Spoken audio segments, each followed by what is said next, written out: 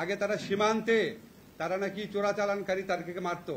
এখন বাংলাদেশের সীমান্তে ঢুকে ভারতীয় বাহিনী বাংলাদেশের মানুষকে হত্যা করছে, নারীদের হত্যা করছে, শিশুদের হত্যা করছে। আমি মাঝে মাঝে চিন্তা করি, আমাদের এখানে মুক্তিযুদ্ধ করেছেন এরকম অনেকে আছেন এবং পাকিস্তান বিরোধী আন্দোলনে সক্রিয় ছিলেন এবং অনেকে আছেন।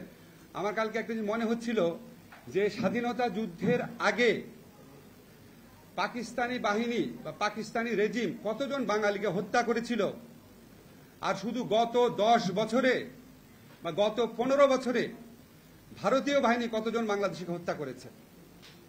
আমাদের একটা স্টাডি হওয়া দরকার।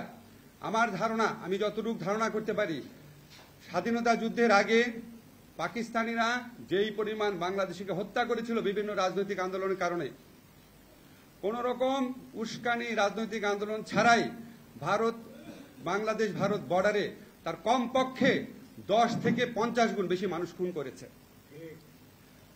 আজকে আমরা যখন পাকিস্তানের শাসনাধীনে ছিলাম, অত্যন্ত যন্ত্রণাদায়ক শাসন ছিল, আমাদেরকে নানাভাবে তারা শোষণ করেছে, আমরা সবাই এটা জানি।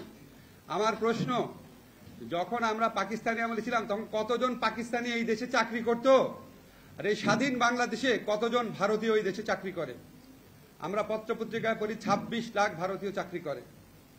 বাংলাদেশের ছেলেরা চাকরি পায় না, রাস্তায় রাস্তায় ঘুরছে, আর ভারতে সেখানে চাকরি করছে। স্বাধীনতার পূর্বকালে বাংলাদেশ এই অঞ্চলে যখন নির্বাচন হতো, 70-এর নির্বাচন, সেই নির্বাচনে পাকিস্তানি শাসক গোষ্ঠী কোন রকম হস্তক্ষেপ করে নাই।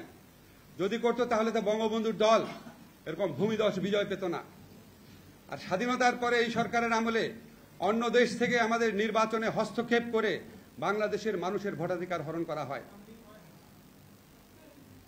আপনারা প্রতিটি ক্ষেত্রে দেখবেন আমরা পাকিস্তান আমলে পাকিস্তান দ্বারা যতটা নিষ্পেষিত হয়েছি, যতটা অত্যাচারিত হয়েছি, যতটা শোষিত হয়েছি, তার চেয়ে অনেক বেশি এই স্বাধীন দেশে বসে ভারত দ্বারা শোষিত হই, ভারত দ্বারা অত্যাচারিত হই, ভারত দ্বারা আমাদের স্বার্থ ক্ষুণ্ণ হয়।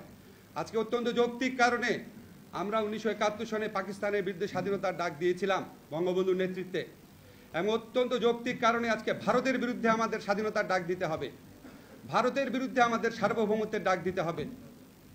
এটা শুধুমাত্র নদীর দখলদারিত্ব না, সমস্ত কিছুর ক্ষেত্রে ভারত যেভাবে আমাদের উপর একটা সাম্রাজ্যবাদী একটা আগ্রাসনের থাবা বিস্তার করে আছে তাদের এই তাবেদার সরকারের মাধ্যমে, সেটার বিরুদ্ধে আমাদের সবাইকে সোচ্চার হতে হবে।